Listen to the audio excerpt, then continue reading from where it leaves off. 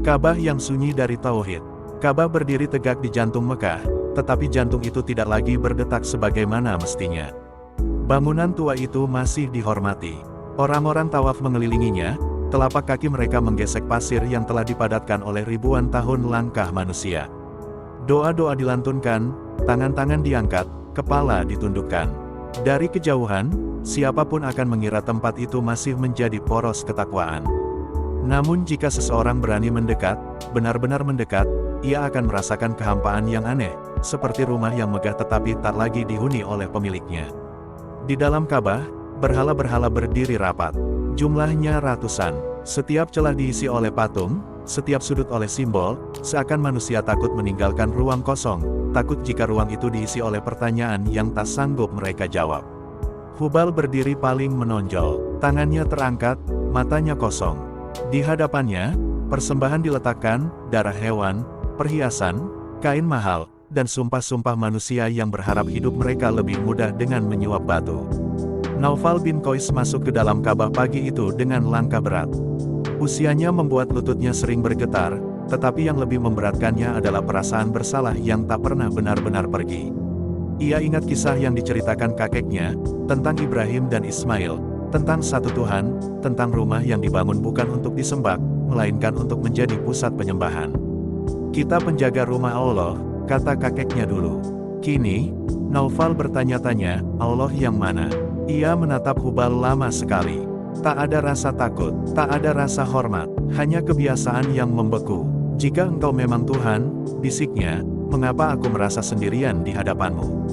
Tak ada jawaban, batu tetap batu. Di luar Ka'bah, kehidupan Mekah berdenyut seperti biasa. Para pembesar Quraisy berkumpul di Darun Nadwah, membicarakan dagang, aliansi, dan perang. Di ruangan itu, nasib banyak orang ditentukan tanpa pernah mereka ketahui.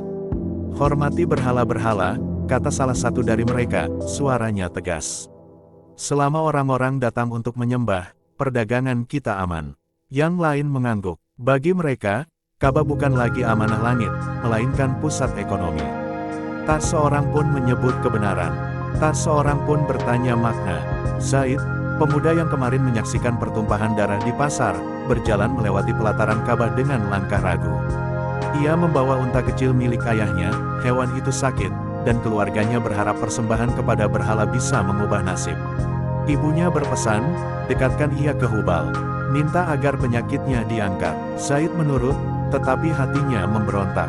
Ia berdiri di hadapan patung besar itu. Bau darah dan kemenyan bercampur di udara. Orang-orang di sekelilingnya berdoa dengan suara keras, sebagian menangis, sebagian berteriak. Zaid membuka mulut, lalu menutupnya kembali. Apa yang harus kukatakan, pikirnya, dan kepada siapa? Ia meletakkan tangannya di dada, bukan ke arah berhala.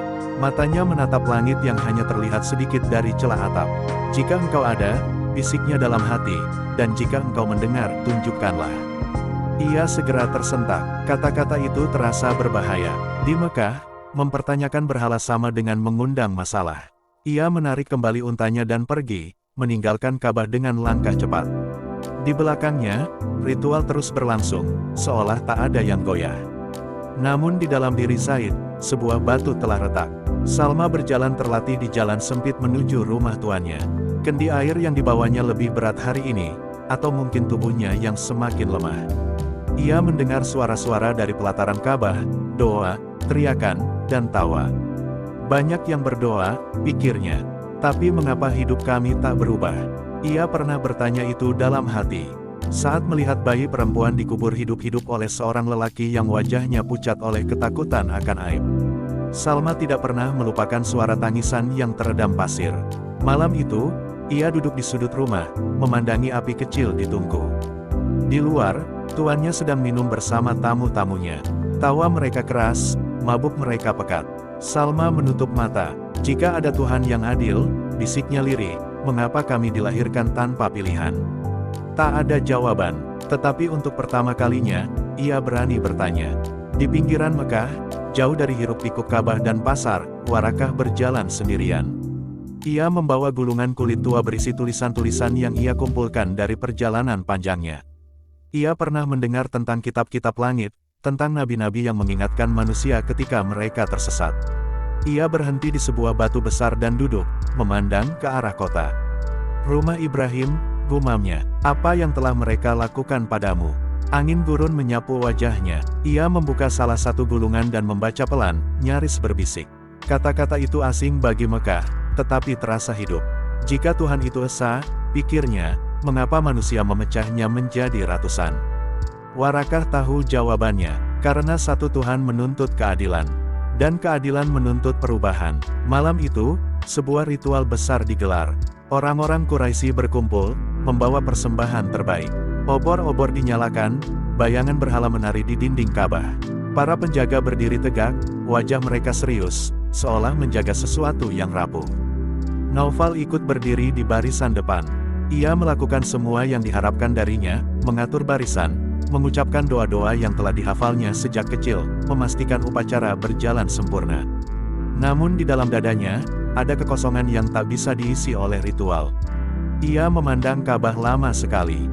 Untuk sesaat, ia membayangkan dinding itu bersih dari patung, kosong, sunyi, dan entah mengapa, bayangan itu terasa lebih sakral daripada apa yang ada di hadapannya.